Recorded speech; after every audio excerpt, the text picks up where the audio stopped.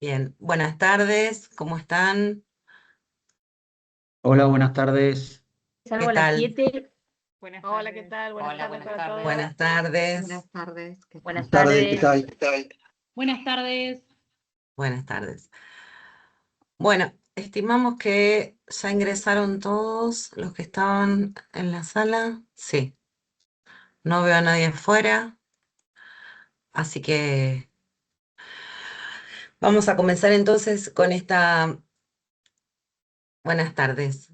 Eh, a ver, ahí está. Vamos a empezar entonces con la clase sincrónica correspondiente al módulo 3.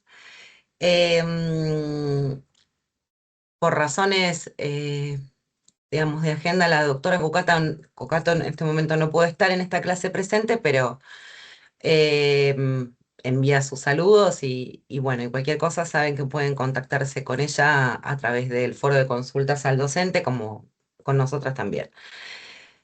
Bien, vamos a compartir.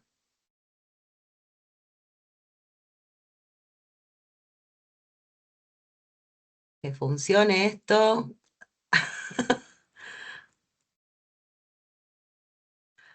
¿Están viendo? Sí, se ve, se Sí, ve sí, bien, se ve. Perfecto. se ve bien, se ve perfecto. Bueno, buenísimo. El módulo 3, como ustedes pueden ver en pantalla, ¿sí? Lo denominamos texto, institución jurídica y comunicación. Es decir, cada vez vamos dialogando más con el campo jurídico. De hecho, el diálogo está, digamos, está puesto desde de la primera clase, pero vamos profundizando más ese diálogo. El título constituye, ya ingresa tres palabras claves sobre las cuales vamos a empezar a trabajar fundamentalmente sobre las palabras claves que conciernen a nuestro campo, que son el concepto de texto y el concepto de comunicación. Las lecturas obligatorias son tanto el módulo 3 como este artículo de Orler, Relatos Enfrentados, que es sumamente interesante.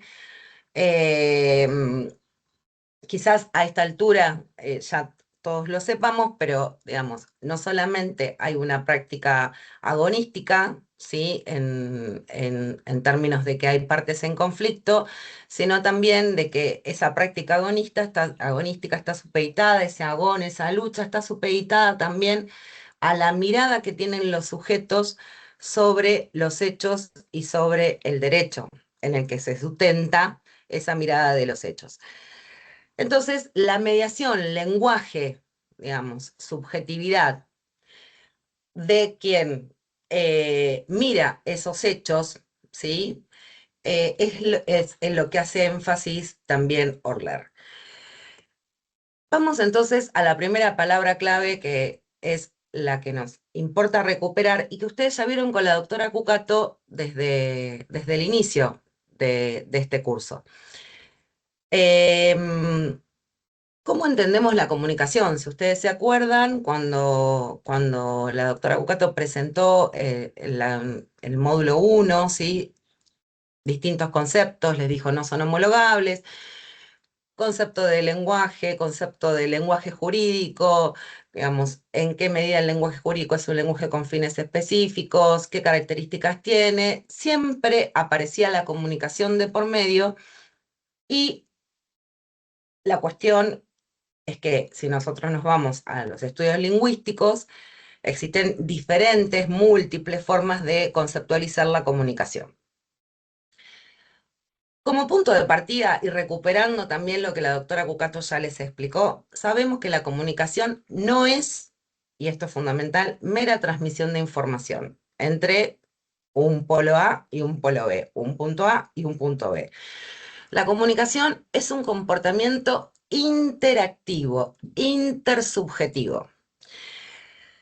Y en el caso de la comunicación jurídica, está necesariamente atravesada por la variable institucional. O sea, siempre toda comunicación se realiza en contexto, pero claramente va a tener mayor grado de formalidad, ¿sí? A partir de que haya una institución de por medio, digamos, ¿no? Entonces las instituciones de alguna manera aumentan el grado de formalidad de los actos comunicativos.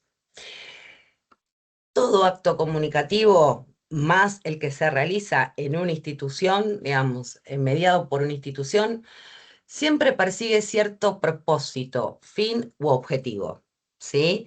Nosotros en lingüística también decimos intención, que no tiene el significado de intención en el derecho. A ese propósito, fin u objetivo, le llamamos finalidad comunicativa o intención del sujeto productor que inicia, mejor dicho, que interviene en esa comunicación.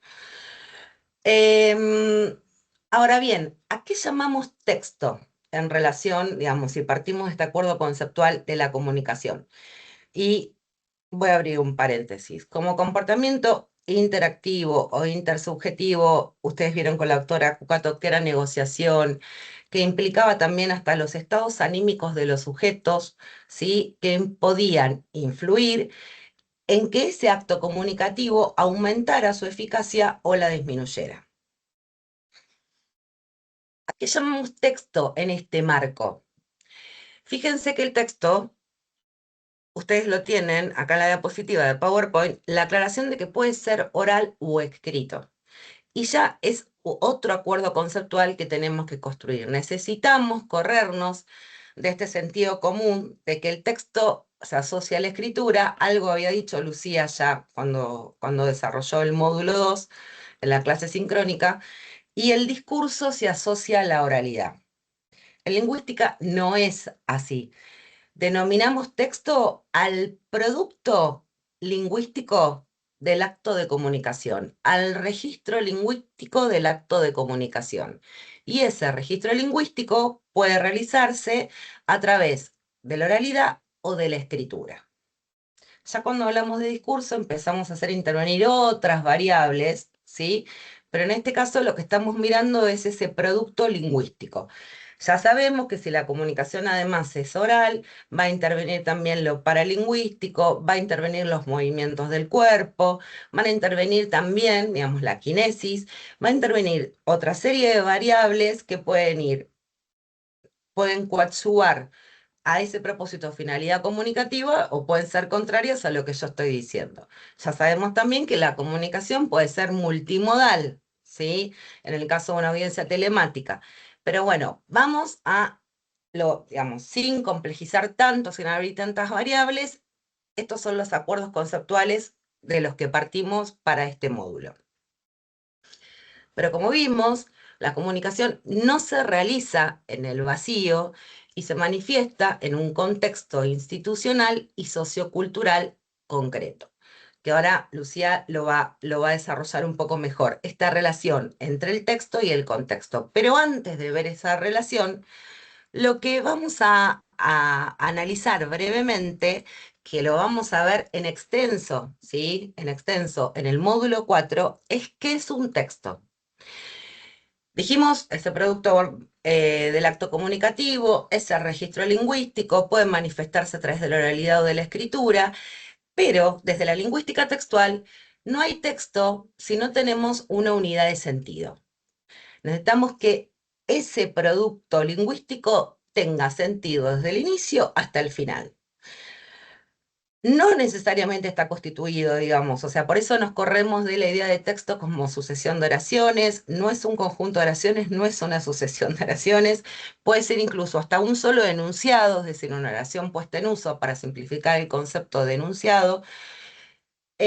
Incluso hasta un enunciado puede constituir un texto y puede ser el registro verbal de un acto de comunicación, pero necesitamos que tenga sentido. El sentido no descansa en el texto, no reside en el texto solamente, sino parte de una actividad, digamos, interactiva entre el sujeto productor del texto y sus destinatarios a partir de pistas lingüísticas que hay en el propio texto. Yo sé que esto es muy técnico, de alguna manera, pero que lo vamos a ver, no se asusten porque los vamos a ver con detenimiento en el módulo 4. Entonces, por eso es que hablamos de que al texto se le asigna el sentido, ¿sí? el sentido se asigna, no es que el sentido está por sí mismo en el texto, es producto de la actividad colaborativa entre el sujeto, las pistas lingüísticas y los destinatarios de ese texto, el sujeto que produce el texto. Bien, pero para que todo texto sea tal, además de tener una unidad de sentido, tiene que tener una finalidad, un propósito. Volvemos a lo que dijimos respecto de la comunicación. Toda comunicación tiene un propósito, el producto de la comunicación también lo tiene, el texto también lo tiene. Esa meta, ese propósito del sujeto productor, guía la elaboración del texto, va a constituir una guía para las elecciones lingüísticas que realiza el sujeto productor del texto, y va a estar en estrecha relación con los distintos, y después lo vamos a ver, modos de organización de la información, que se denominan, de acuerdo con la corriente teórica dentro de la lingüística textual, o tipos textuales, o secuencias textuales, o, digamos, o incluso hasta superestructuras. Pero antes de entrar a ver esto, ¿sí? Esta parte que tiene que ver con los modos de organización de la información, lo que tenemos que ver, y una vez que entendimos, digamos, construimos un acuerdo conceptual en torno a comunicación y texto, y acuérdense que todo esto lo vamos a ver en extenso, digamos, cómo dejar pistas lingüísticas de manera tal de que el destinatario, conformes a la intención del sujeto productor, de que el destinatario las pueda recuperar. Ese es el eje de la clase de la cuarta clase, del módulo 4. Vamos a ver cómo el texto dialoga con el contexto, ¿sí? Con el contexto institucional. Lucía, te paso la palabra. Bueno, bien. Entonces, la pregunta que se plantea acá es la siguiente. Perfecto, estamos hablando de la comunicación, ¿sí? Como una conducta, como una actividad, es una respuesta, ¿sí? A algo que se produce en un contexto determinado. Bueno, ¿cómo respondemos entonces a situaciones comunicativas concretas? ¿Cómo respondemos, decimos, a situaciones en el ámbito jurídico, concretamente? Es decir, a- hay una situación determinada, ¿sí? Que requiere determinada respuesta, y esa respuesta yo la puedo dar con esa unidad de la comunicación que es el texto. Cuando hablamos, remarcamos mucho esto, ¿no? Subrayamos esto de que estamos pensando tanto en la oralidad como en la escritura. Bueno, entonces ahí tenemos algo importante. La primera cuestión es pensar en características un poco más amplias, no un poco más macro, podemos decir. Ahora, después Laura les va a ir desarrollando algo más interno al texto y aún más vinculado con algo más micro verbal, vamos a ver en la unidad 4, ¿no? Vamos a abordar esta cuestión. Pero primero, la primera cuestión, lo primero que tenemos que ver es cómo reconozco yo que si estoy ante una respuesta posible, ante una unidad de comunicación llamada texto, sea oral o escrito, en el ámbito jurídico como una respuesta posible en ese acto comunicativo. Bueno, y acá viene el tema de los esquemas orientativos. Es decir, yo no puedo organizar el texto de cualquier manera, ¿sí? Estoy pensando en esa organización más amplia, más macro. Después vamos a ver cómo les dije recién la organización de la información. O sea, ¿cómo reconozco que estoy ante una sentencia, por ejemplo? ¿Cómo reconozco que estoy ante un recurso de casación? ¿Sí? ¿Y por qué reconozco que esos son, digamos, modos en que se organiza el texto, que son una respuesta válida dentro de lo que es el ámbito de la jurídico? ¿Sí? Bien, entonces, le llamamos esquemas orientativos. ¿Por qué esquemas? Porque hay determinadas partes, ¿sí? Que, por ejemplo, una sentencia, un recurso de casación, necesariamente van a tener que tener, necesariamente van a tener que contemplar, digamos, que tienen que estar presentes para que eso sea una sentencia o para que eso sea un recurso de casación y para que yo los pueda distinguir, ¿sí? Un operador judicial, ustedes ya lo saben distinguir, ¿no? Lo que es una sentencia de un recurso de casación. ¿Y por qué lo distinguen? Bueno, porque tienen distintos esquemas, ¿sí?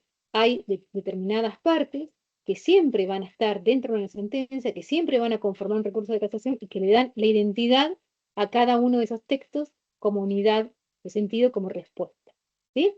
Como una respuesta posible dentro de lo que es el acto de comunicación. Bueno, y le llamamos orientativos. ¿Por qué? Porque no son absolutamente herméticos y cerrados, ¿sí? Puede haber una variedad dentro mientras que esas partes que son esenciales y obligatorias para que no pierda su identidad de sentencia, por ejemplo, puede haber digamos, cada productor del texto, en este caso, por ejemplo, una sentencia, puede, digamos, tomar determinadas decisiones, ¿sí? En cuanto, por ejemplo, no sé, cómo va a presentar en el módulo 3, tenían el ejemplo de una sentencia que elegía presentar todo el encabezado de lo que era el lugar, la fecha, con una determinada posición gráfica dentro del espacio, ¿sí? Con líneas, separaba los espacios, etcétera. Eso es orientativo, o sea, eso es parte de esa libertad y esa flexibilidad que tienen estos esquemas. Pero hay algo que no puede faltar. ¿Qué no puede faltar? Bueno, la fecha, el lugar, el nombre de los jueces, etcétera. ¿Sí? Bien, pasamos a la que sigue. Entonces, cuando nosotros pensamos en esto de los textos como respuestas en una situación comunicativa determinada, estamos pensando en cómo identificamos esos textos, cómo identifico que esa es una respuesta posible. Bueno, la primera cuestión que tenemos que tener en cuenta es esto de los esquemas orientativos. Es decir, en el ámbito jurídico yo no puedo responder de cualquier manera. Es decir, no puedo responder, por ejemplo, a determinada situación con un cuento, ¿sí? Literario, digamos, pensando en escritura literaria. Eso será respuesta en otro tipo de ámbito. O no puedo responder con una novela, por ejemplo, Rayuela, de Cortázar, porque no tiene, digamos, no va a tener ninguna legitimidad dentro del campo de lo jurídico. Y acá viene esto, que justamente está muy vinculado, cual recién Laura les marcaba bastante, que es el tema de que el texto, ¿sí? Se realiza en un contexto tanto institucional como sociocultural determinado, ¿sí? Y cuando estamos pensando en esto, pensamos en esto que tienen acá, este conjunto de creencias, de valores, conocimientos, competencias que ustedes comparten, por ejemplo, como operadores jurídicos, y que hacen al funcionamiento también de lo que son los textos en la institución. Y viceversa, porque los textos también determinan ciertas creencias, valores, etcétera, de la institución, ¿sí? Cuando hablamos de esta ida y vuelta, de esta determinación, pensemos, por ejemplo, en esto, bueno, está bien, con el lenguaje claro, se discute mucho lo del uso digamos, del latín, o de las frases en latín, ¿sí? Bueno, pero eso es algo que, digamos, dentro de lo que es algo que es el texto, ha tenido cierta, digamos, influencia en el contexto de lo que es institucional, y tal vez utilizar esas frases, esas pequeñas frases en latín, podemos decir, es una manera de mostrar pertenencia también a ese contexto institucional, ¿sí? Entonces, es un ida y vuelta a esto. Tanto el contexto institucional va a determinar, ¿por qué decimos el contexto institucional? Bueno, porque pensemos, las partes esenciales que tienen que tener una sentencia. Eso está todo determinado en el código, ¿sí? No es, hay un código que determina, está escrito cómo tiene que ser, cómo se tiene que estructurar una sentencia, cómo tiene que ser el esquema de una sentencia, cómo tiene que ser el esquema de un recurso de casación, ¿sí? Pero a su vez también lo que estamos diciendo es que está este ida y vuelta. El texto también ha determinado, ¿sí?, lo que es la pertenencia al contexto institucional. Por ejemplo, pensamos en esto del uso del latín. Y en un contexto sociocultural también que está en constante diálogo con este contexto institucional. Porque pensemos el siguiente ejemplo. Vamos a suponer que yo ahora escribo una sentencia, ¿sí? Con mi voto y todo. Bueno, pero yo no soy juez, no soy jueza. Entonces, ¿qué valor puede tener esa sentencia? Absolutamente nulo. No lo va a reconocer ni la institución, ni el contexto institucional, ni el contexto sociocultural, ¿sí? Porque para el contexto sociocultural, ¿sí? Y en eso se vincula y está relacionado con el institucional, reconoce como la palabra legítima para poder responder con una unidad textual llamada sentencia, alguien que tiene el poder legítimo y simbólico para poder hacerlo, en este caso un juez o una jueza, ¿sí?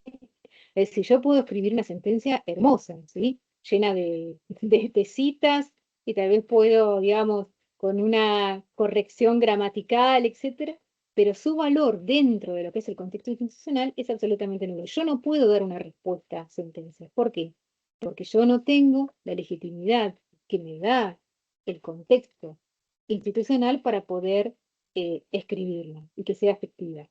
Y lo mismo pasa, digamos, y esto se vincula también desde el punto de vista sociocultural, porque desde el punto de vista sociocultural, de lo que es más general, ¿sí? Tampoco a mí se me reconoce como parte de ser un operador judicial o de lo que es el ámbito jurídico, y aún menos juez, etcétera, ¿sí? Pero entonces, como viene esta ida y vuelta entre el contexto institucional y el contexto sociocultural, ¿sí? Que no son contextos que están separados, sino que son contextos que están íntimamente imprintados, ¿sí? Están íntimamente relacionados, y el texto como, digamos, como producción de una respuesta, también está íntimamente vinculado con el contexto institucional y el contexto sociocultural, ¿sí? Son respuestas posibles que van a tener determinadas decisiones, como les decía Laura en el comienzo. Laura decía, bueno, el productor del texto toma decisiones verbales y va a tomar también decisiones respecto de qué va a producir, ¿sí? La primera decisión es que, bueno, frente a una determinada situación, el operador jurídico decide cuál va a ser la respuesta más eficaz a esa situación. Una sentencia, un recurso de casación, etcétera, ¿no? Ustedes pueden seguir pensando en los textos. Vamos a la que sigue para ver ejemplos y volvemos un poquito para hacer una. Fíjense en esto, ¿no? Para verlo un poco más, que no quede todo tan como abstracto. Bueno, dice en la ciudad de XX, a X de abril, bueno, y le sacamos los datos, ¿no? Habiéndose establecido de conformidades, se reúnen los señores jueces de la Suprema Corte de Justicia. Bueno, ahí fíjense, ese fragmento de sentencia está lo que no puede faltar para reconocerlo como un esquema orientativo llamado sentencia. Está la ciudad, está la fecha, está los jueces, ¿sí? Nombrados en la Suprema Corte de Justicia. Fíjense entonces cómo esas son de lo que hablaba recién también Laura, ¿no? Esos registros verbales, esas marcas que nos ubica el productor para decirnos, bueno, estamos ante una sentencia, ¿sí? Son decisiones, está bien, son decisiones que en este caso son obligadas, ¿no? Porque son datos que tienen que estar dentro de una sentencia, ¿sí? Pero hay una decisión anterior que si, bueno, si vamos a escribir como respuesta posible una sentencia, estas marcas verbales tienen que estar aquí, ¿sí? Y fíjense lo que pasa con lo distinto de un recurso de casación. Dice, excelentísima Cámara Nacional de Apelaciones en lo criminal correccional. Dice, en mi carácter de fiscal nacional, fíjense que ahí están bien marcados quién es el emisor, el fiscal, quién habla, ¿sí? Quién es el que produce ese texto, esa respuesta, y a quién va dirigida, quién es el destinatario, quién es el receptor de esto, ¿sí? Un receptor de el recurso de casación no puede ser cualquiera, ¿sí? Porque no tiene que ser la Cámara Nacional de Apelación, ¿sí? Porque no criminal correccional. También esas marcas verbales me están dando cuenta de ante qué esquema orientativo estoy, ante qué respuesta posible dentro del ámbito jurídico yo estoy. Bueno, ustedes acá sería muy productivo que comenzaran a pensar en en los textos que ustedes mismos producen, dónde dejan sus marcas. Hay marcas de quien lo emite, hay marcas de quien lo recibe, hay ciertos esquemas que se tienen que cumplir y que quedan, digamos, plasmados en lo verbal. Esas son preguntas que son interesantes hacérselas para tomar un poco de distancia de los textos y poder hacer consciente esa práctica que seguramente ustedes muchas veces puede ser hasta casi un poco mecánica, ¿no? Pero si tomar licencia y preguntarse, bueno, qué estoy haciendo con este esquema? ¿Sí? ¿Dónde estoy dejando las marcas verbales? ¿Dónde estoy dejando las marcas verbales que se requieren como esenciales? Y dónde entra también aquello que es orientativo, que son las marcas propias, ¿no? De cada producto. Bueno, de texto. Volvemos un poquito a la diapositiva anterior, Laura, para entonces hacer un poco un retomar, ¿sí? Eh, Pásame la otra, así retomamos un poquito con el cuadro y Sí, sí, volvemos sí. a la. Lo que Sí. pasa es que no me pasa Ah, para está ahí. No, no. tener un cachito de paciencia.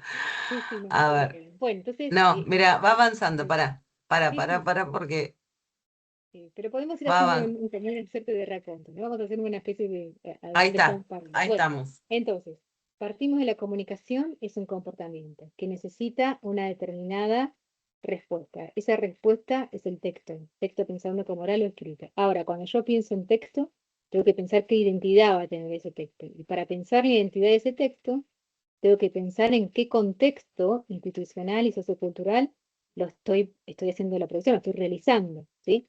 Cuando pienso en ese contexto institucional y sociocultural, tengo que ver, bueno, cuáles son los esquemas, las posibilidades que yo tengo dentro, por ejemplo, de la institución jurídica para producir un texto oral o escrito que sea como una respuesta a esa situación comunicativa determinada, ¿sí? Bueno, y no solamente esto, no solamente me tengo que quedar con este esquema como un armazón más exterior de lo que son los esquemas orientativos o de ese vínculo que hay con lo contextual, tanto institucional como sociocultural, sino que tengo que ir hacia adentro del texto, y es lo que vamos a hacer con Laura ahora, ¿sí? Y pensar, ¿sí? A partir de, bueno, cuál es el objetivo, el fin del productor, cómo va a organizar esa información, ¿sí? ¿Cómo va a organizar esa información? Necesito que sea una narración, necesito que sea una argumentación, una descripción, va a ser todas decisiones que va a tomar el productor. Bueno, Laura, te paso la palabra para que profundices Gracias. sobre este tema. Gracias, Lucía. Antes de seguir avanzando, piensa en estos esquemas orientativos, o sea, el primero que los formula es Aristóteles, ¿sí? En la retórica. Cuando ustedes estudiaban la retórica aristotélica y pensaban en el género epidíptico, en el género deliberativo, en el género judicial, lo que estaban estudiando era lo que acá aparece en términos de esquemas orientativos. Bien. Pero si ya no vemos, digamos, cómo el diálogo se establece, como les decía Lucía, digamos, con el contexto, cualquiera sea ese contexto, y fíjense que ya ahí estamos viendo que el concepto de contexto es complejo, que involucra muchas capas, ¿sí? Si ya miramos adentro del texto, sea oral o sea escrito, ¿cómo se organiza ese texto?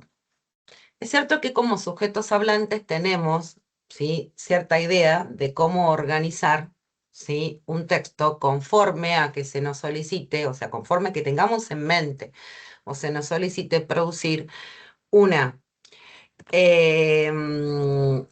narración, ¿sí?, una argumentación, una explicación, una descripción o un diálogo.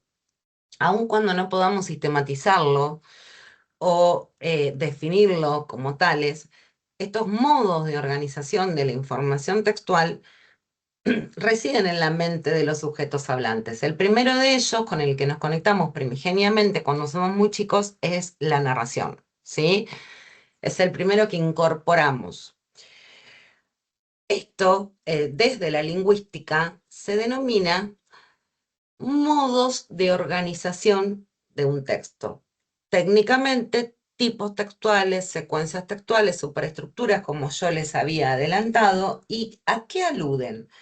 A formas relativamente estables de organizar los enunciados que conforman un texto, que siempre tienen una estructura jerárquica interna, ¿sí?, determinada por esta forma de organización de la información, no por el contexto institucional únicamente, que impacta en las elecciones lingüísticas, sino por la forma de organización interna, y que poseen una unidad, que responden a un plan de composición. Esto que yo les decía, uno, aunque no lo pueda reflexionar en términos metalingüísticos, lo sabe a medida que necesita usarlo y que va produciendo estos diferentes tipos textuales o secuencias textuales, ¿sí? Ya reconoce que responden a un plan, a un esquema. Bien. Clave el hecho de que están representados cognitivamente, o sea que nosotros tenemos como sujetos hablantes modelos mentales que directamente a partir de escuchar ciertas pistas lingüísticas se nos activa, ¿sí? Si estamos frente a una narración, podemos pensar si estamos frente a una explicación o una argumentación.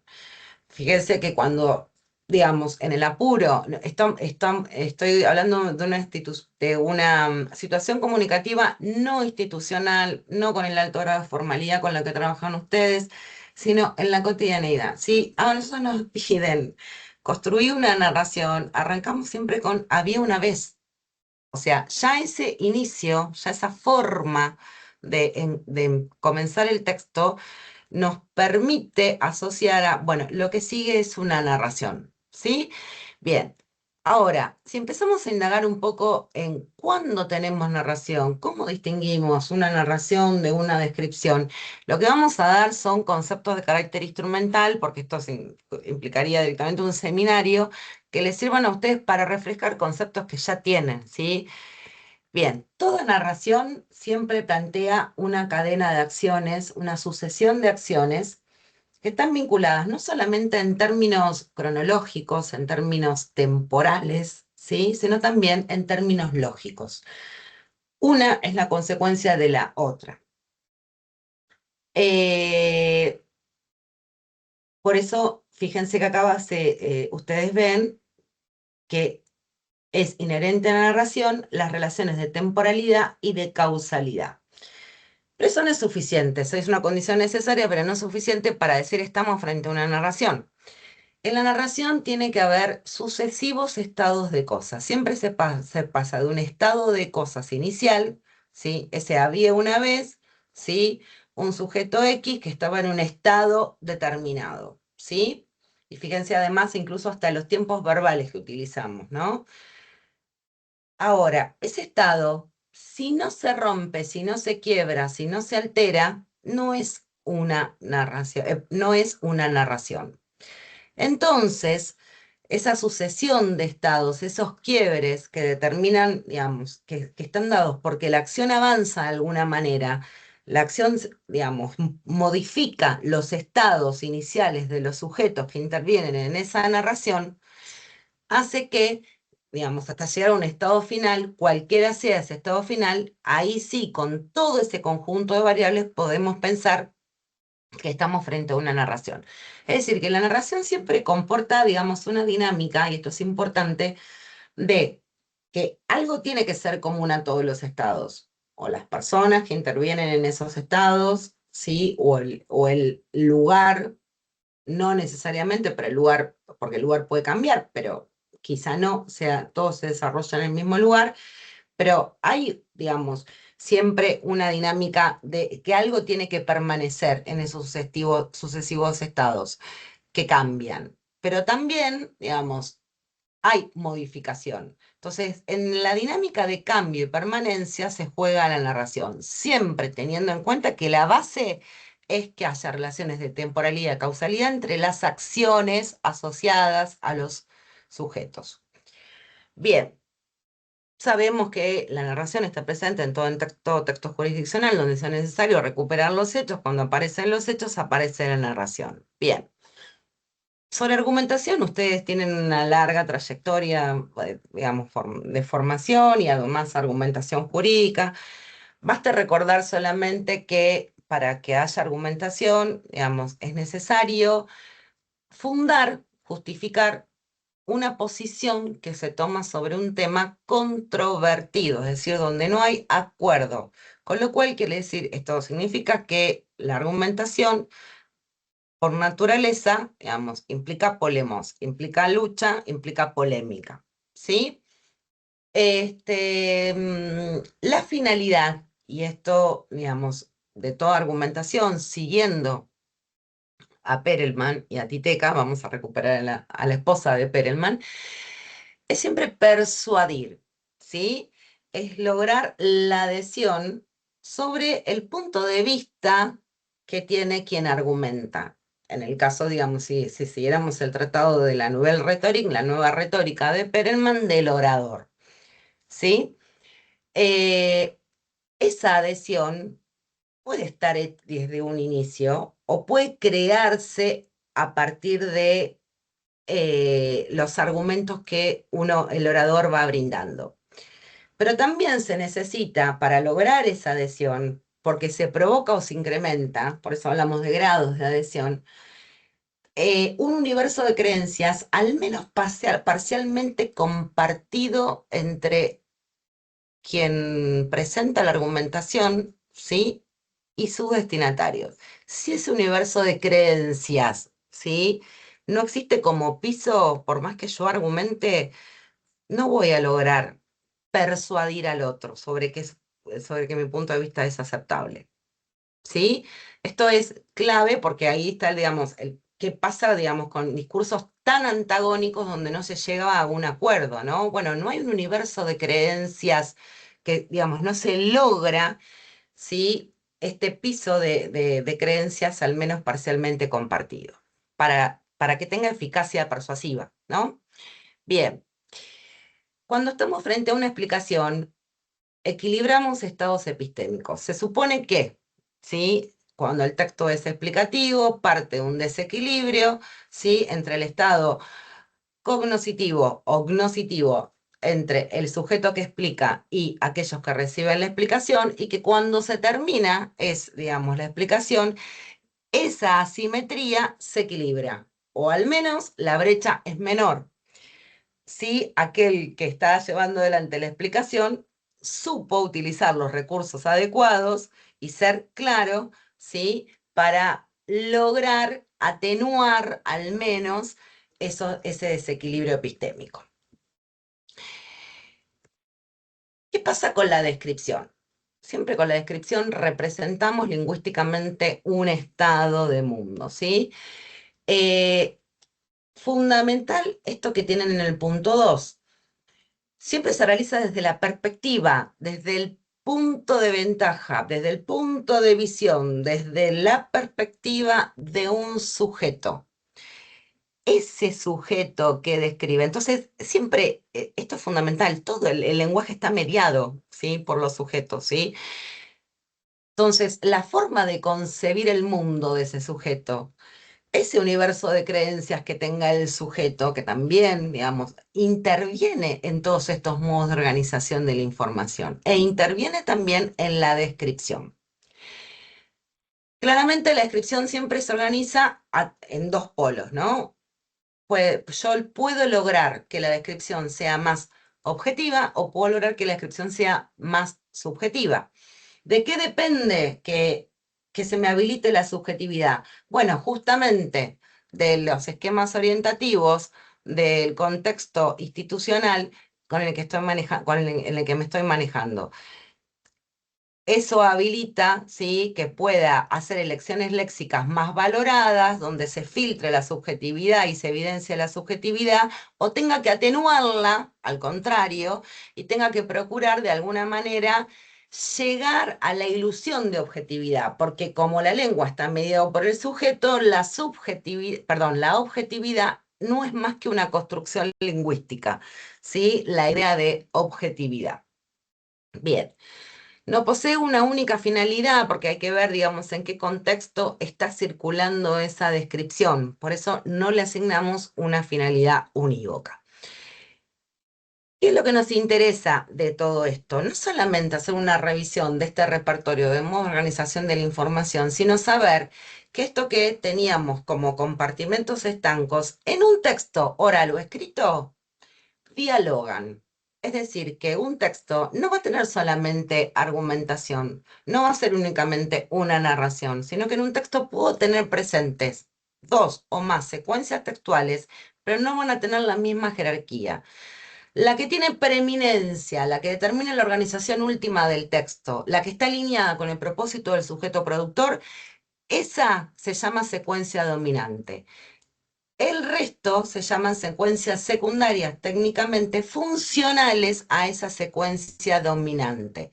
Es decir, yo puedo explicar para argumentar, puedo incluso narrar para argumentar, pero lo fundamental o lo preeminente, digamos, es la argumentación y por lo tanto la finalidad de ese texto es persuadir, ¿sí? Esto es importante porque ya, digamos, cambia la mirada sobre el texto y dejamos de pensar que el texto es únicamente argumentación, únicamente explicación, únicamente narración. No, pueden converger varias, ¿sí? Pero siempre una es la dominante.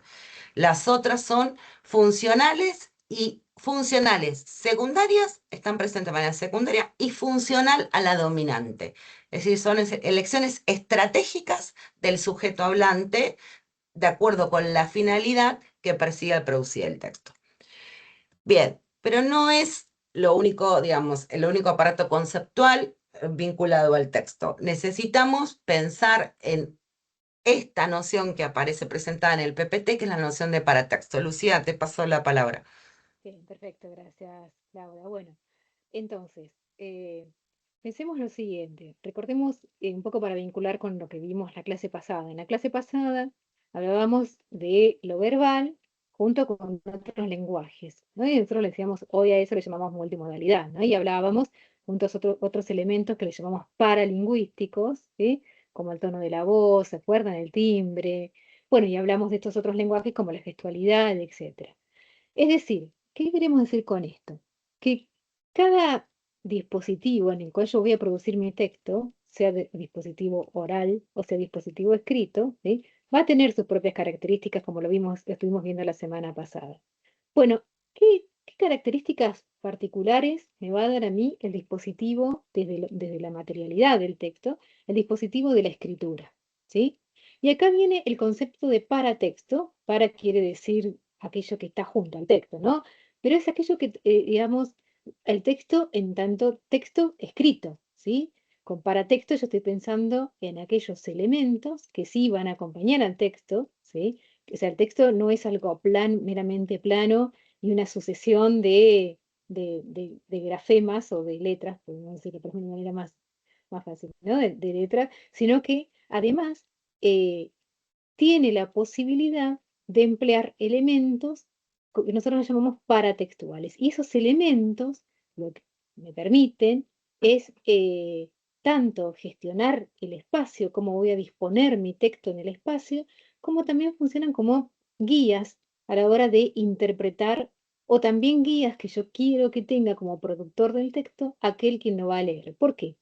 Porque en general la recepción del texto es diferida del de la producción, ¿sí? Hablábamos la semana pasada del texto de la doctora Cucato y el doctor Sosa, que por ejemplo decían, bueno, la argumentación eh, es, digamos, es un modo de organizar la información, como estamos viendo ahora, que se presta más para emplear la escritura, ¿no? El dispositivo de la escritura, ¿sí?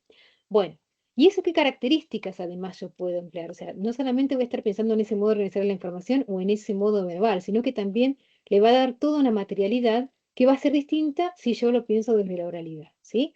¿Por qué digo esto? Bueno, porque desde la oralidad yo puedo pensar bueno, pensemos en lo que es una narración, ¿no? Vamos a plantearnos desde el texto de la doctora Cucato y el doctor Sosa que leyeron la semana pasada, 2019. Bueno, si yo narro algo, a lo mejor puedo ir, o explico algo, puedo ir marcando algunos conceptos porque hago un gesto con la mano, por ejemplo, de subrayar, ¿sí? O marco más con algún tipo de tono de voz o con una velocidad más lenta, etc. Bueno, ¿cómo hago eso desde la escritura?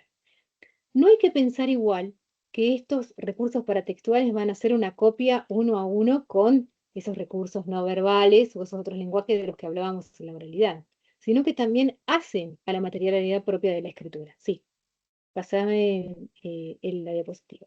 Fíjense que estamos hablando, cuando hablamos de paratextos, de recursos que están muy vinculados con lo verbal, por eso los llamamos verbales, como la utilización de títulos, subtítulos, el índice, ¿sí? Como aquellos no verbales, tipografías, ilustraciones, gráficos, ¿sí? Por ejemplo, estoy recordando que bueno, en una sentencia que, bueno, que habíamos leído ya hace un tiempo, la habíamos utilizado también para este trabajo de la Escuela Oficial, había incorporado un mapa del centro de Mar del Plata donde había ocurrido un hecho. Bueno, entonces, esos son recursos paratextuales. ¿Y qué ayudan esos recursos paratextuales? A poder interpretar y a poder, digamos, acotar esa interpretación del texto, ¿sí?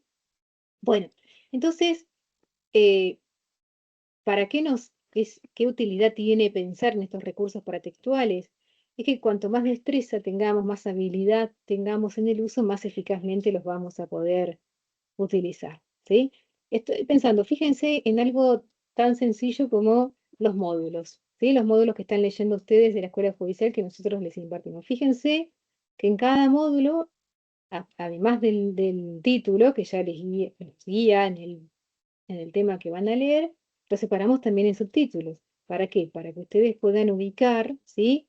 Los temas vinculados con ese tema más general, ¿no? Los subtemas. Puedan ordenar esa información desde el punto de vista de la materialidad del texto.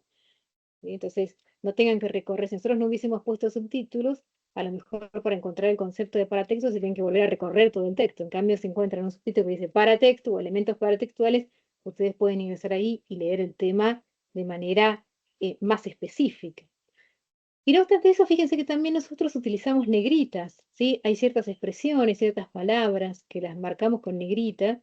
Esa marca con negrita tiene la intención de que ustedes puedan aprender o captar, mejor dicho, cuáles son los conceptos centrales que tienen que sí o sí, digamos, son los conceptos más importantes que tienen en cada módulo. Entonces, cuando ustedes repasen el módulo, pueden guiarse por las negritas y ubicar esos conceptos que son troncales, que son esenciales respecto del tema que estamos tratando, ¿sí? Entonces, tiende a ser un uso eficaz, ¿sí? Es un uso consciente y un uso eficaz del uso, por ejemplo, de las negritas. Piensen que si, por ejemplo, hubiésemos puesto con negrita, no sé, todo el texto, bueno, pierde la eficacia ese recurso paratextual, porque ¿cuál es el sentido de decir todo es importante finalmente? No funciona como esa guía. Bueno, seguimos con lo que sigue. Entonces, fíjense en esto. eh, para pensar un poco todos los recursos paratextuales. Acá tenemos ejemplos más concretos. Fíjense en el subrayado, también es un recurso paratextual, ¿sí? Bueno, en este texto que viene siendo todo una cuestión de una cuota que tenía que pagar un padre que no le llegaba, digamos, a solventar, etcétera, fíjense que hay una argumentación que dice la omisión paterna de reconocimiento, que como se dijo, no constituye por sí sola. Fíjense que hay un argumento fuerte respecto de la posición que se está tomando con esta cuota alimentaria, etcétera. Y entonces subraya ese por sí sola, que tal vez si no lo hubiese subrayado el productor del texto, hubiese pasado medio desapercibido. Pero justamente esto es lo que conforma el argumento fuerte, ¿sí? Ese por sí sola. Entonces, el productor del texto necesita subrayar eh, esa expresión, ¿sí? Que sostiene, digamos, de una manera fuerte ese argumento, ¿sí? Bueno, veamos el próximo ejemplo. Fíjense en este ejemplo que sigue, que es muy interesante porque uno tiende a recomendar que los recursos paratextuales no se superpongan unos con otros. ¿Por qué? Porque terminan si yo superpongo, por ejemplo, subrayado con negrita, con cursiva, etcétera, terminan, digamos, haciendo demasiado ruido comunicativo y no llegan al efecto que quiere, que es digamos, guiar la interpretación o acotar esa interpretación textual.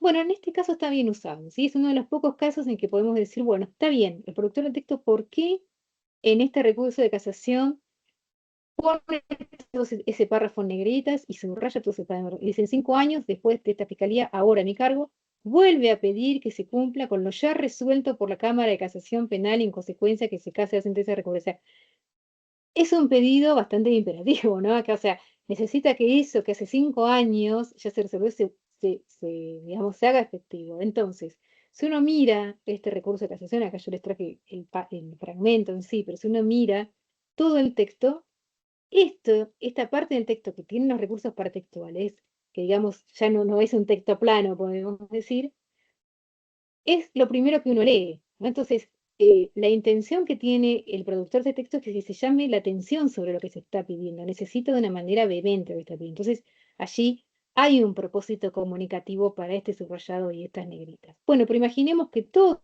el texto de recurso de casación hubiese estado en negrita y subrayado. Ahí pierde el efecto, el efecto comunicativo, el efecto de ser esta guía para la interpretación de quien lo está leyendo. Y para acotar, digamos, esos sentidos o esos sentidos múltiples que puede disparar, que de hecho dispara cualquier texto, tanto escrito como oral, ¿sí? Bueno, son guías desde el punto de vista de la materialidad, venimos diciendo, porque la semana que viene vamos a volver con esto de las guías, pero lo vamos a ver desde un punto de vista más vinculado con lo más micro y más verbal hacia adentro de lo que es la cohesión textual, ¿no? Bien.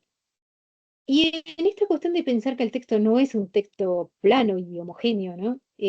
También tenemos que pensar el concepto de intertexto, ¿sí? Cuando alguien produce un texto, nunca lo produce desde cero o desde la nada, ¿sí? Yo puedo crear mi propio texto, es verdad, ¿sí? Puedo crear enunciados que nunca escuché, es verdad, pero siempre voy a tener el eco, ¿sí? De enunciados o de textos que ya he leído o he escuchado, ¿sí? Bueno, hay lingüistas que llegan hasta decir que uno nunca tiene una palabra original. Bueno, pueden discutirlo, ¿no? Eso no es una, es una propuesta.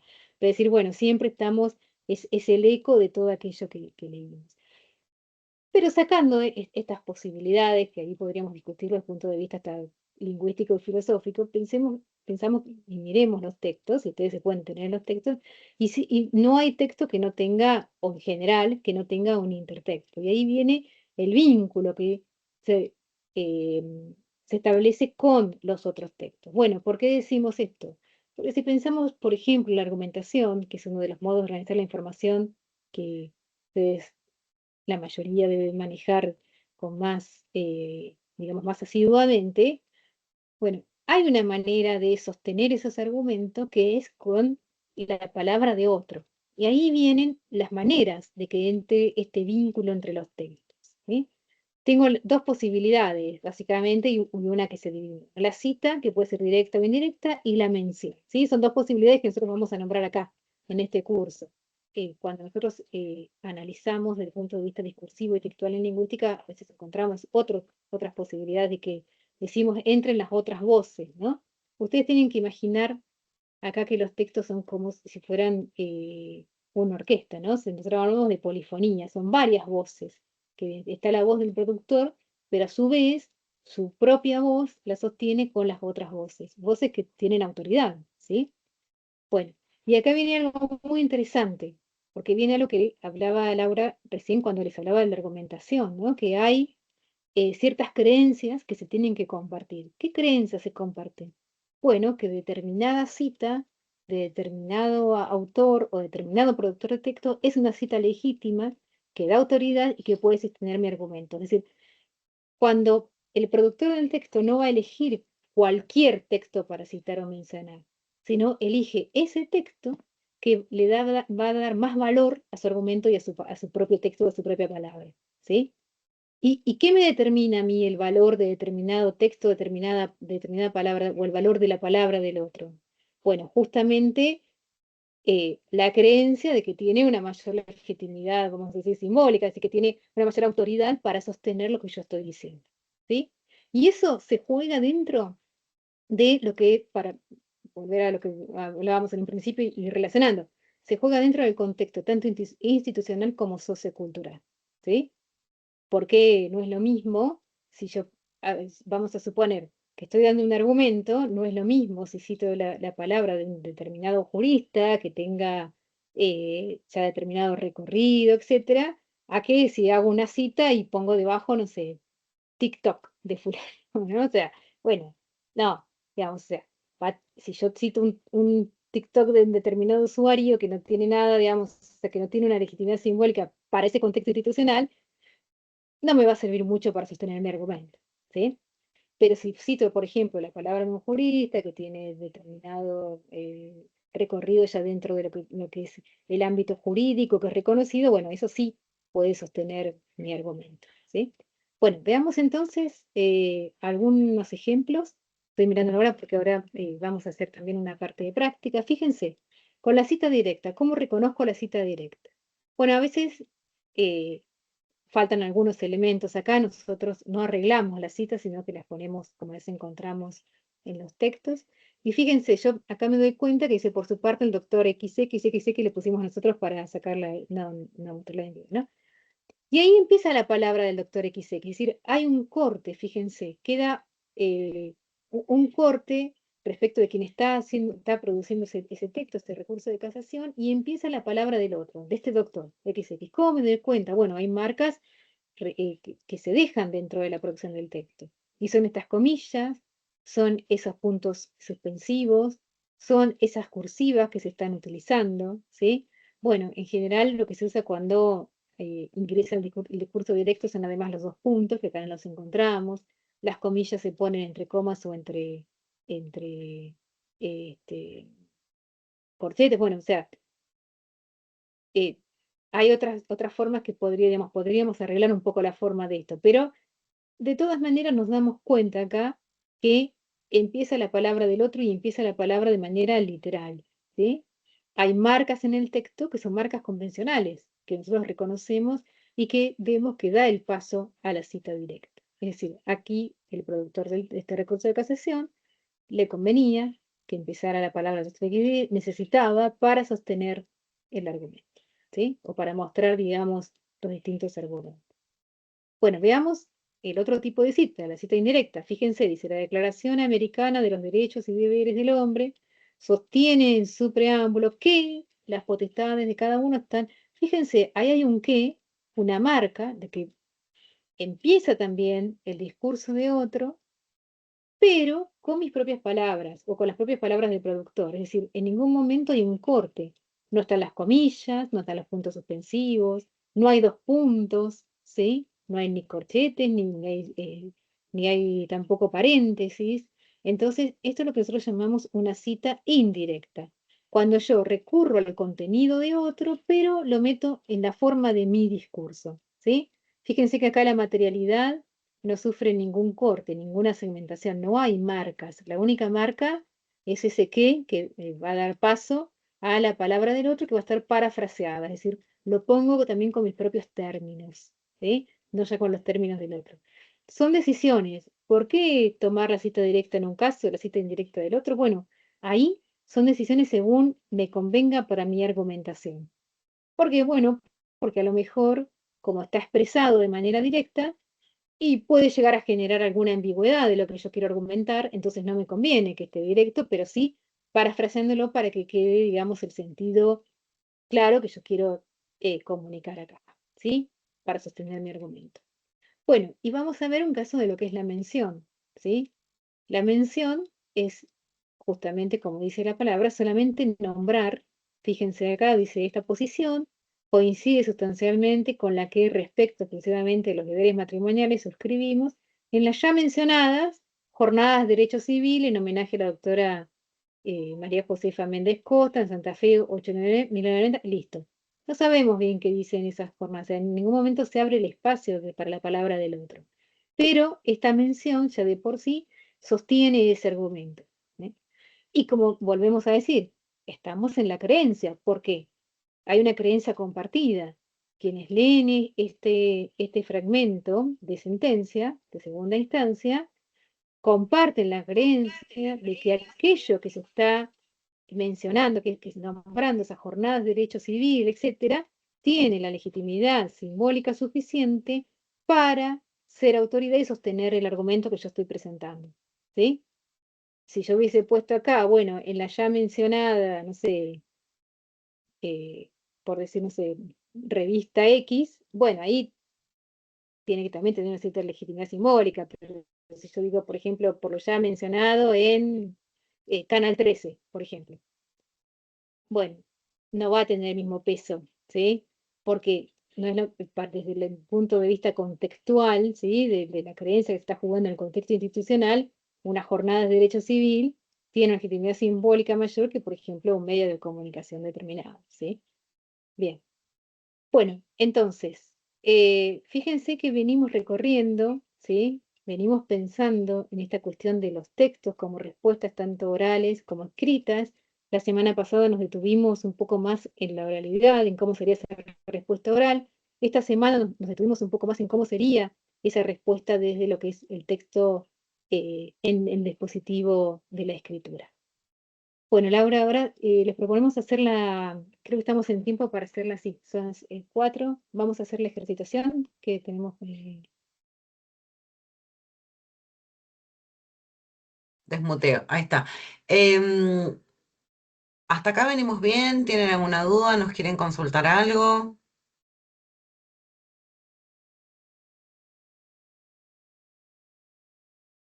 Bueno, listo.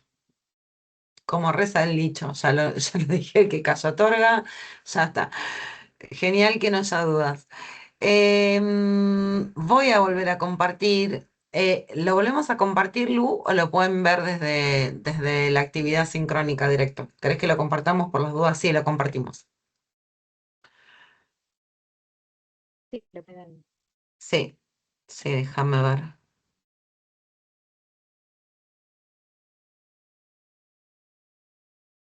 Ahí vi que alguien había mandado algo al chat, pero no puedo, al compartir no puedo ver qué es lo que escriben, Lu.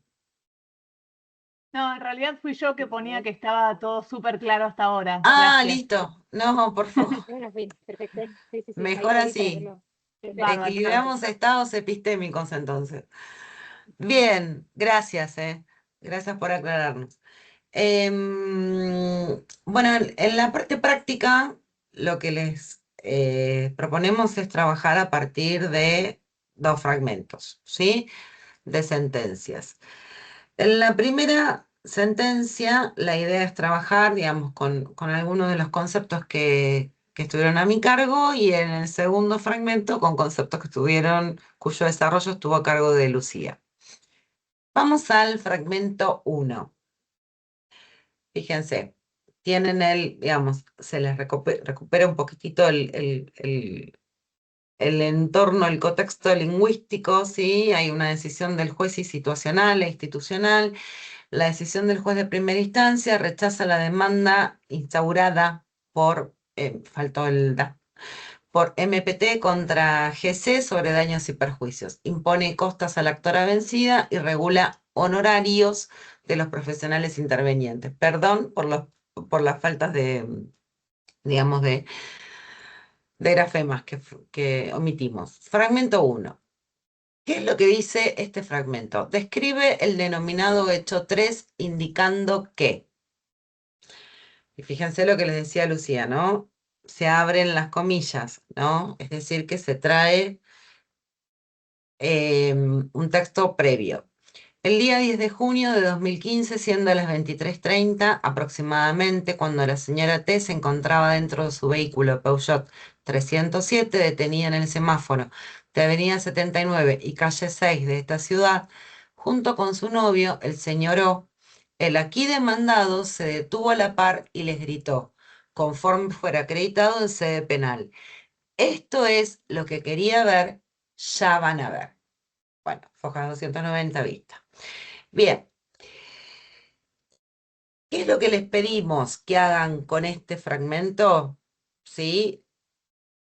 Que identifiquen si es una descripción o una narración y que justifiquen la respuesta con el fragmento inicial, con el fragmento 1. Esa es la consigna de trabajo para el fragmento 1. Vamos al 2. ¿Querés leerlo, Lu?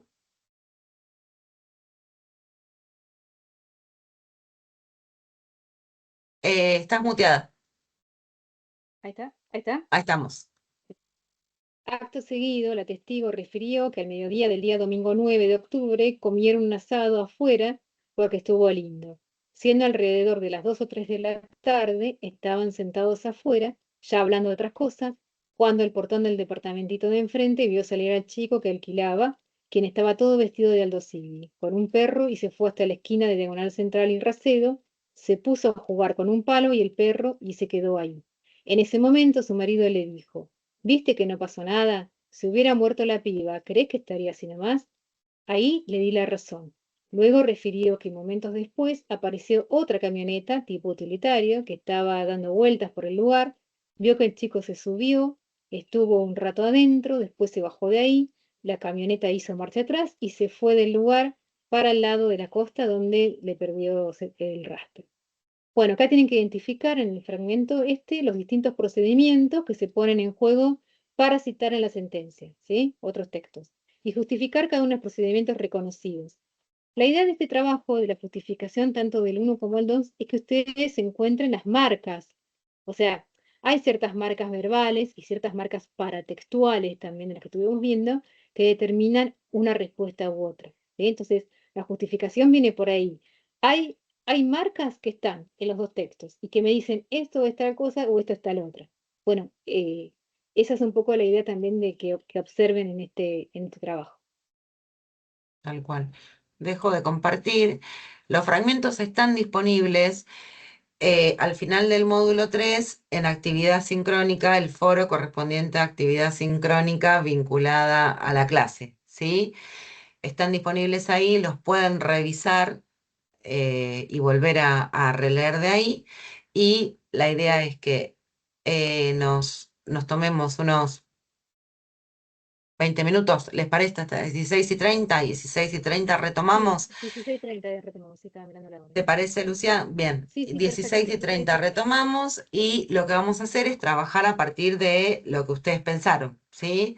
Después Disculpen, recuerden, si tienen la gentileza, de dejarlo plasmado en el transcurso de la semana, la respuesta en el lugar correspondiente al final del módulo 3. Sí, ¿alguien quería hablar? Perdón. sí, por acá. Sí, No, por el tema de los textos, que varios compañeros creo que lo pusieron ahí en el chat. sí, No están los fragmentos. Por lo menos ¿no? yo acá no los puedo ver. No sé si en el chat algunos pusieron que tampoco los podían ver. Pero si yo entro acá al módulo, veo las preguntas, pero no veo los Deberían estar. textos. Ah, bueno, listo. Gracias por avisarnos. Deberían estar. Puede fallar. Puede pasar. No importa, no se preocupen, los dejamos, los subimos ahora, los cargamos ahora, ¿sí? Los Sí, sí, los cargamos cargamos ya ahora. para que No se ustedes los preocupen que ahora están, sí. puedan, sí, los puedan usar. Gracias por avisarnos, Nahuel. No, de nada, parte para trabajar mejor. No, totalmente, por Sí, sí, eso los perfecto. remitimos ahí, porque no los puedo dejar en pantalla, porque si dejo en pantalla el uno, no pueden ver el 2, así que directamente los cargamos, lo, listo. Los cargamos directamente ahí en el foro, no se preocupen. ¿Sí? Bueno, entonces ya cargamos y ya pueden empezar a trabajar. Y media Bueno, nos volvemos a reunir. ¿Sí? nos Listo. vemos.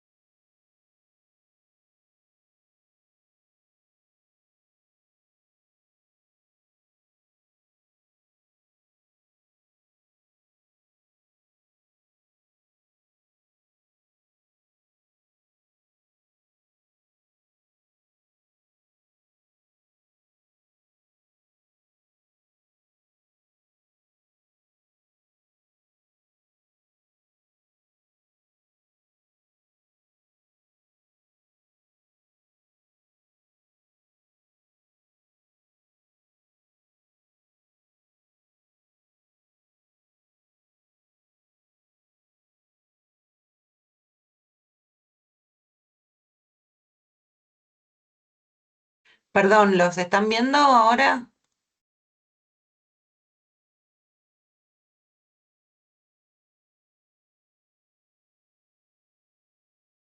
¿Los fragmentos? Sí, sí, ahora se... Bárbaro, gracias por avisarme.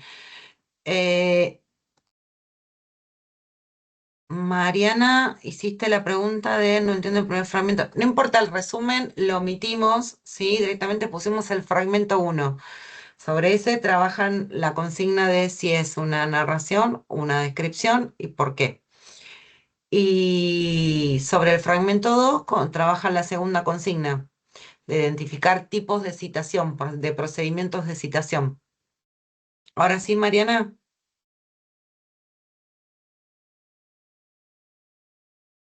Bien, entiendo que sí. Bueno, los dejamos trabajar.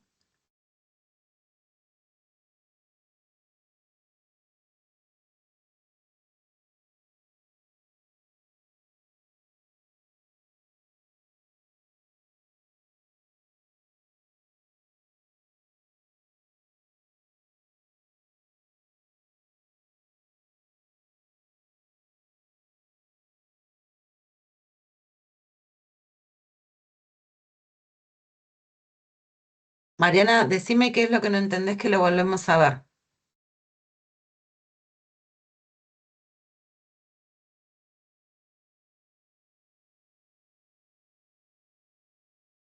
Ah, no hay problema. No, que no entendí, que vos consignabas en el chat que te confundía la explicación previa, el resumen previo de la causa. ¿Sí? Bien. Laura, perdóname, yo sigo sin Sí, poder verlo. No sé si los demás pueden ver los textos o es un problema mío. No sé si entrar y salir a ver, a buscar, a entrar nuevamente. Es que en realidad, perdón, Romina, ¿qué tal? Mariana te habla. Es que en Hola, realidad Mariana. están como si fuese una respuesta los fragmentos, claro. no están como un archivo aparte. Fíjate directamente en el cuerpo de donde vas a hacer la actividad. Dale, ahí me fijo. Gracias. No, por favor.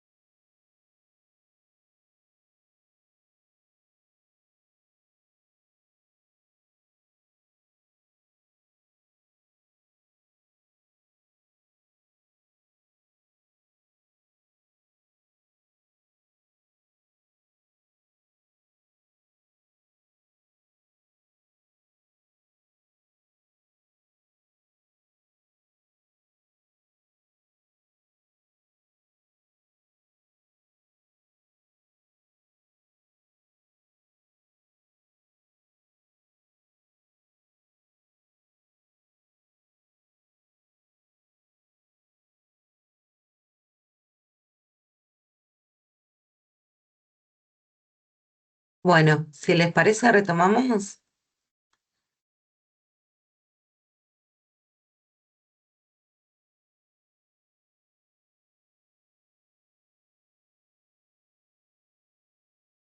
La verdad es que yo no terminé. Si no sé cómo están el resto de los compañeros, si están para un ratito más o bueno, si hay que cumplir con el No, horario, no, no hay está bien, problema. Igual Mariana, si termino después. necesitan un poquitito más, les damos 5 minutos No, está más, ¿les bien. Sí, parece? estaba armando Lo la dejamos, segunda, sí, pero sí. bueno, necesitaría un ratito Dale, más. No sé dale. mis compañeros cómo andan. Sí, sí, sí, no hay problema. ¿En 5 minutos les parece? Listo. Bueno, Listo. dale, gracias. No, por favor.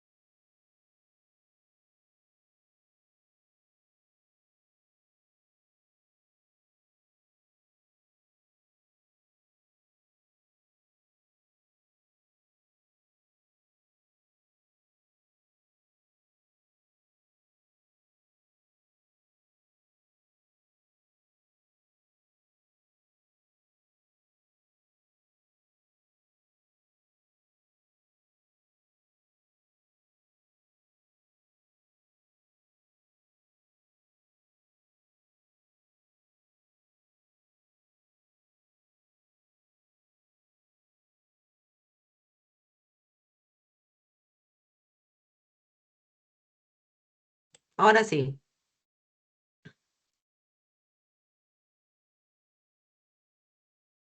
Por lo que estuvimos registrando, digamos, relevando, haciendo un barrido de las respuestas, hay anuencia en relación con la consigna 1, ¿no? Todos identificaron que se trataba de una narración. No hubo problemas al respecto. Sí, una narración. Bien. Ahora, si ustedes la miran, pueden ver que también hay una descripción funcional a esa Sí. narración. Sí, también. Lo que observé en el texto es que la descripción y otros elementos aparecen como elementos que forman parte de la narración, que aparecen Exactamente, necesariamente en la descripción, como exactamente. subelementos de la narración. Exacto, exacto, Nahuel. Este, fíjense que ahora, si nosotros reparamos en el verbo con el que se introduce esta cita textual, ¿no? ¿Cuál es el verbo? Dice describe. Nosotros le decimos verba dicendi, verbo de decir. Mm, dice describe el denominado hecho indicando que no dice narra, no dice relata, dice describe, ¿no? Entonces, más allá de que sabemos que es un uso y costumbre, digamos, poner, describir el hecho para dar cuenta en realidad de que es una narración, lo correcto es introducir un verbo dicendi que recupere que la secuencia textual dominante en ese fragmento es la narración y no la descripción. ¿Se entiende? Porque si uno habla de describe, parece que los hechos se aplanaran. Y acá los hechos van avanzando. Tiene una situación inicial que se rompe en el momento en que aparece un tercero amenazando a la pareja en cuestión. ¿Sí? Sí. Bien. ¿Algo más para agregar? ¿Algo que quieran observar respecto a este fragmento inicial?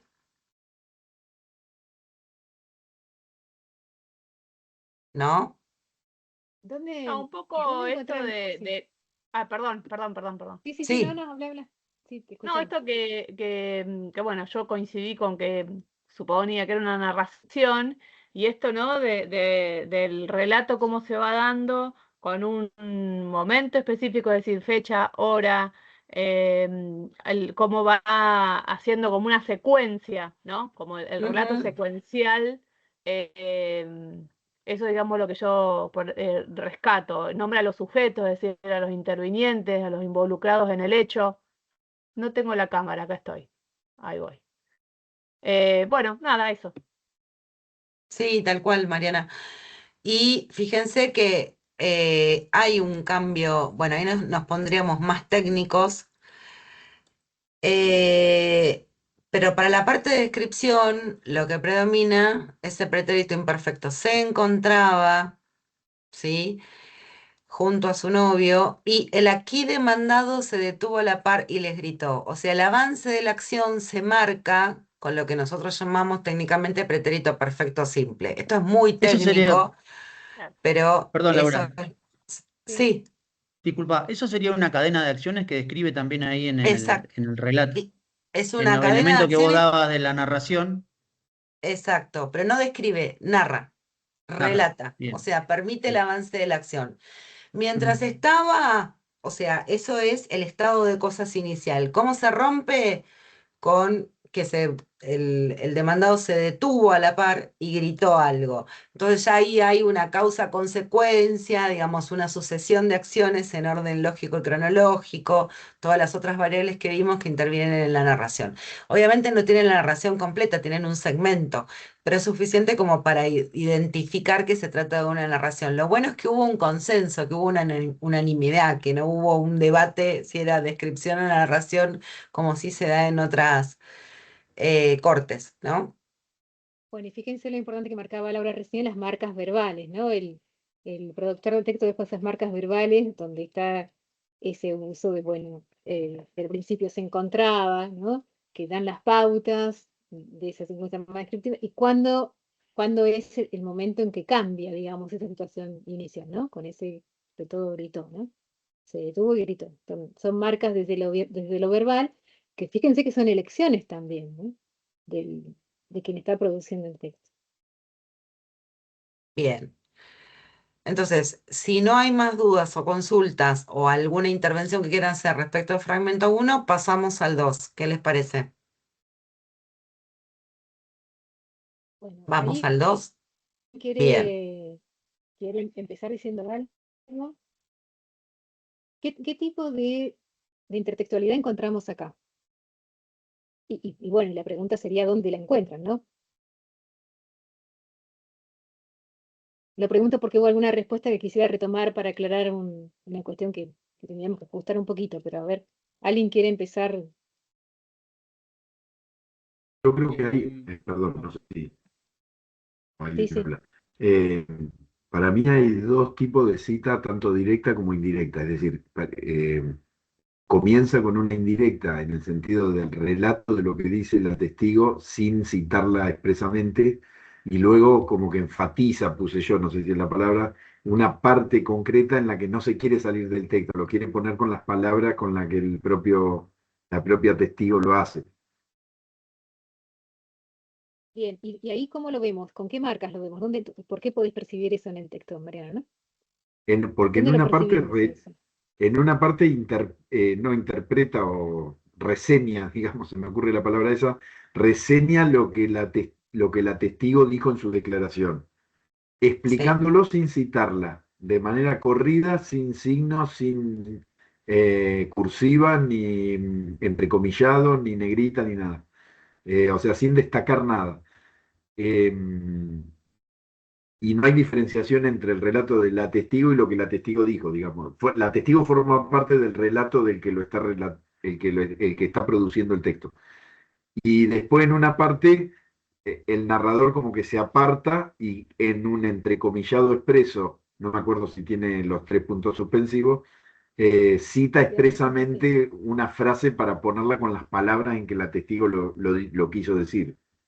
claro, exacto. Con ese viste que no pasó nada, perfecto. Bueno, fíjense que acá también tenemos las marcas verbales, ¿no? Cuando decimos, bueno, la cita indirecta. Por allí pusieron algo de mención, pero en realidad hay una cita indirecta, ¿por qué?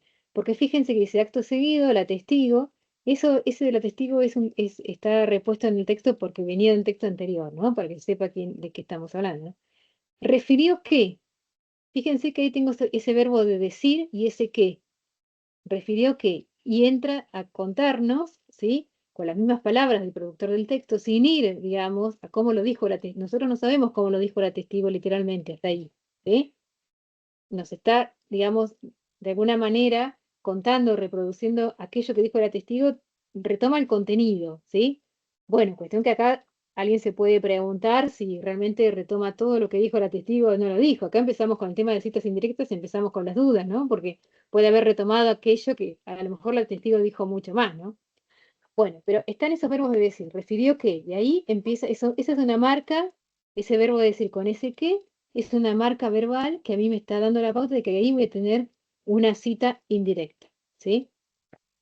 Bien, y fíjense que muy bien como marcaste recién, Mariano, cuando corta esa cita indirecta y pasamos a una cita directa, ¿cómo me doy cuenta? Bueno, porque aparece un dijo, y fíjense que no es dijo qué, es dijo. Y ahí empiezan las comillas, los puntos suspensivos y todas esas marcas paratextuales que a mí me dicen, bueno, ahí empieza literalmente lo que dijo la testigo. ¿Sí? Bueno, y fíjense que cierra comillas, cierra esa cita directa, dice, luego refirió que momento después aparece otra vez aparece ese verbo de decir con ese que. Volvemos a la cita indirecta. ¿Sí? Esto lo quería aclarar bien porque vi que alguien en el foro puso que había mención. Para que hubiese mención, eh, no tendría que estar en ningún momento retomado lo que es la palabra de testigo, ni de manera directa ni de manera indirecta. No nos hubiésemos entrenado cuál es el contenido de lo que dijo la testigo, ¿sí? Si hubiera sido una mención, podría haber dicho, eh, no sé, testimonio del folio tanto, se nos hubiese mandado alguna fuente donde buscar lo que dijo la testigo, pero no hubiese estado desplegado en el espacio como está acá. Acá nos enteramos lo que dijo la testigo. De una manera muy mediatizada, sí, con esa cita indirecta, algo de, de una cita directa y mucho más no, pero se trae la palabra de la testigo, en ese mecanismo de cita, tanto directa como indirecta. Bueno, ¿alguien tiene alguna duda, lo que quieran preguntar? ¿Que les haya quedado de duda de la ejercitación? Yo tengo una duda con respecto a algo que hacemos en el juzgado habitualmente y siempre hablamos sobre eso. O sea, si vos decís en el desarrollo de una descripción de varios testigos de una audiencia, vos Sí, decís, yo digo, bueno, Laura Pérez dijo tal y tal cosa, sea que la cita la haga indirecta o directa. Y sí. luego digo, punto. En el mismo sentido se expresó Lucía y Mariana, por ejemplo. Es eso que yo digo de Lucía y Mariana, ¿qué es? ¿Qué es en ¿Se términos entiende? de Claro, es intertextualidad, decir, decís vos? claro, claro, en esos términos, porque yo no estoy hablando de lo que dicen, pero de alguna manera estoy diciendo que lo mismo que le pegué a las otras le podría copiar y pegar a Lucía y a Mariana, no sé si se entiende. Sería un O sea, mecanismo de nada, mención. De mención. Lo que pasa es que estás retomando, o sea, lo estás, está vinculado, estás haciendo un juego adentro del texto porque ya está el contenido adjudicado a alguien más. Entonces ya después podés simplemente decir esto, en el mismo sentido, sí, se expresaron tales y tales, fulanito, menganito. Y ahí es una forma de mencionar algo que ya estaba dentro del texto. No sé si estás de acuerdo, Lucía, con esto. Sí, sí, exactamente, porque digamos, las palabras, por ejemplo, ahí se las adjudicarías a Laura, es lo que dijo ella, porque ahí entra con el tema esto de las citas, y sobre todo con la cita indirecta, entra mucho el tema de también de la subjetividad, si se quiere, porque a lo mejor puede ser que nosotros hayamos dicho lo mismo, o a lo mejor fue algo distinto, pero quien lo recibió lo interpretó como algo. Entonces, no está retomando las palabras que nosotros dijimos, no hay una cita indirecta. ¿Sí? Sí está esa mención, que es una mención justo anterior que la podemos retomar en el texto. Claro, O esa sea es la que, particularidad que se retoma en el texto mismo por un principio además de economía lingüística. ¿Para qué volver digamos, sobre algo que ya se puso antes, ¿no?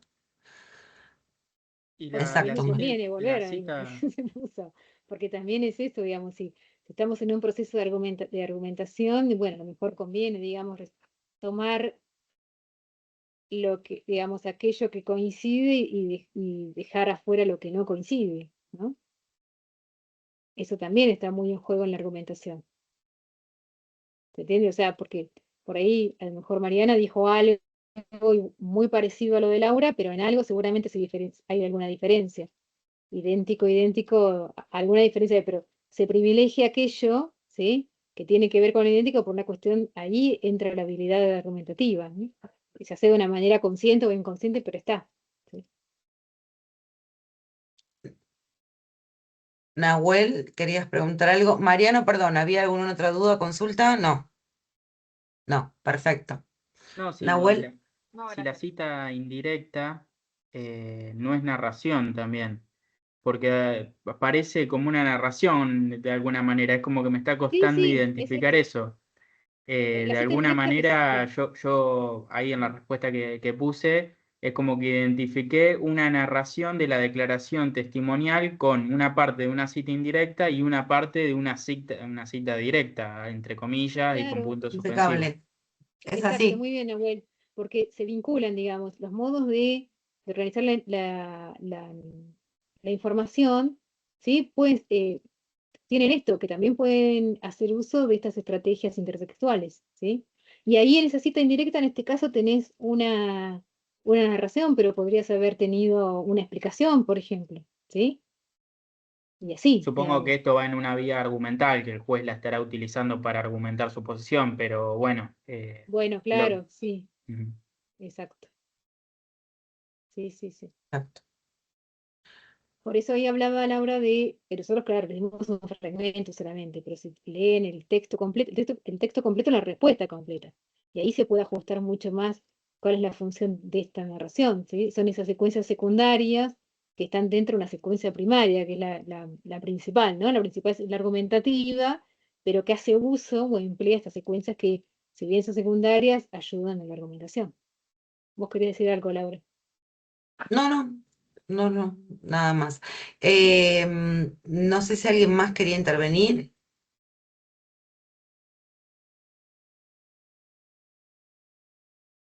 Bueno, fuimos súper claras.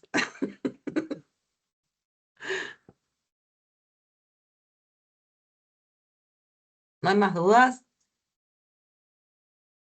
Perfecto, mejor así entonces. Tengan en Eh, cuenta, eso sí, vas a decirle lo de la grabación, ¿no? Laurita. sí, A ver, pero sí, dale, explicale. avanti, No, no, Lucía. que la semana que viene es feriado, ¿sí? Se cumplen 50 años de golpe, así que bueno, obviamente nosotros no tenemos clases, feriado nacional, bueno, y además es una fecha para la memoria, dedicada a la memoria, así que de todas maneras van a tener disponible la clase, pero la van a tener disponible grabada. Así que no nos vamos a conectar sincrónicamente, pero sí van a encontrar digamos, abajo de todo, ¿no? Debajo de todo el módulo 4, allí van a Sí, encontrar el video. Que bueno, nosotros lo vamos a grabar con antelación y después hay que esperar que se suba, ¿no? tal cual. Una cuestión que, Y sí, ahí, en el marco perdón que te interrumpa, Lucía, en el marco de la clase 4 que va a estar grabada, que no va a ser sincrónica en sentido estricto, sino grabada, y ustedes van a ver la grabación, les vamos a adelantar cuestiones vinculadas a la dinámica de la evaluación, que de todas maneras no difieren de lo que tienen adelantado en el programa.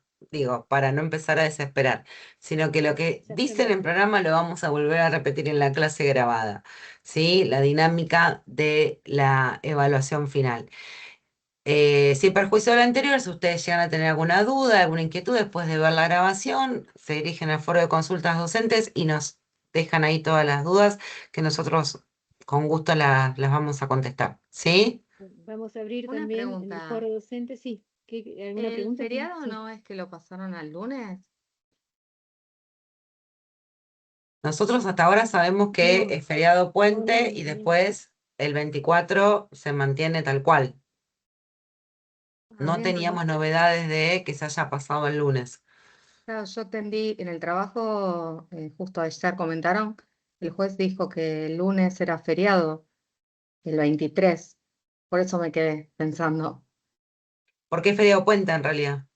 ah, Hasta el entonces 23 Es nosotros feriado en teníamos el términos de 23 y el feriado sí, puente. pues 24, el 24. El 24 sí, la conmemoración, ah, digamos. no, yo no el- entendí, había Sí. entendido mal, había entendido que no entendía cómo habían pasado al 23, no, no pensé que los 2 días eran feriados, perdón. Claro, sí, porque el 24 es un feriado inamovible No, por generalmente. eso no entendía, perdón, no No, entendí no lo del debería, 23, me parece una locura que sí. había entendido que el 24 lo habían pasado al 23, perdón. No, no, Oh, no, no, no, no, ok, no, no, perdón. no, no, no, no, no hay Vamos a problema. abrir, sí, no hay problema. Vamos a abrir también en el foro, vamos a dejar también todas las pautas de cómo se va a tomar el examen. Tengan en cuenta eso y no se queden con dudas. Pueden consultar en ese foro, pueden consultar en los los espacios de consultas por cada foro siguen abiertos, así que pueden consultar ahí si tienen alguna pregunta. Digo porque ya es Tal la cual. última vez que nos vemos así sincrónicamente, digamos, así que nos vemos cara a cara, digamos, de alguna manera. Eh, pero bueno, no dejen de consultar si les quedó duda con el material, con los textos obligatorios. Recuerden que los textos obligatorios entran, tenemos consignas que tomamos los textos obligatorios, así que no dejen de leerlos. Bueno, que son el módulo y el texto, por ejemplo, el texto que damos de distintos autores.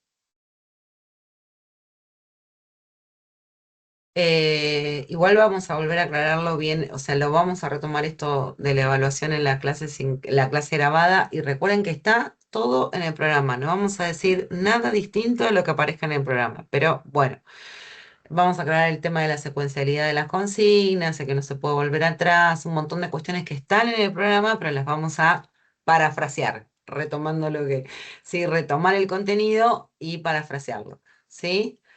Y el contenido no nos movemos de ahí. Todo lo que les pusimos como obligatorio, el módulo de los distintos autores, eso es lo que tomamos. No tomamos las lecturas complementarias, ¿sí? Es interesante que la lean, ¿no? Porque eso, digamos, hace la formación también de ustedes en este curso, etcétera. Pero eh, las consignas versan sobre eso. O sea, no vamos a salir con ninguna otra cuestión de contenido que no hayamos visto, no hayamos transitado. No. en el material, en las clases sincrónicas y en las lecturas obligatorias. Es todo Sí, tal cual. Y una sola recomendación, lean con detenimiento la consigna, tienen tiempo, tienen 40 minutos para resolver el examen, lean con detenimiento cada una de las consignas, por la ansiedad que uno tiene de quiero ver qué sigue, porque acuérdense que no pueden volver atrás. Despacio, tranquilos, no se apuren, tienen tiempo, ¿sí? Entonces, lean con detenimiento, es multiple choice, ¿sí? Multiple choice, pero lean con detenimiento cada una de las consignas. El encabezado, los fragmentos, van a tener que trabajar con fragmentos que aparecen en las consignas, en algunos casos sí, en otros no. No se apresuren, ¿sí? Así que bueno, un gusto realmente, porque ya no los vamos a ver cara a cara, así que en todas las integrantes del equipo docente y obviamente la doctora Cucato, agradecemos la disposición y la colaboración que han tenido en el dictado de las clases, cómo se han involucrado, cómo han trabajado. Realmente ha sido un gusto esta corte. Igualmente para Gracias a nosotros. ustedes. Entretenido. Gracias. Gracias. Muchas gracias por todo. No, gracias a luego. ustedes. Gracias. Seguimos igual asincrónicamente, pero seguimos. Seguimos en contacto. Gracias, Buenas buenas tardes, tardes. ¿eh? Buenas Hasta luego. tardes. Muchas Saludos. gracias. Gracias, buenas tardes. Buenas tardes. Chao, buenas Hasta luego. tardes. Chao, chao.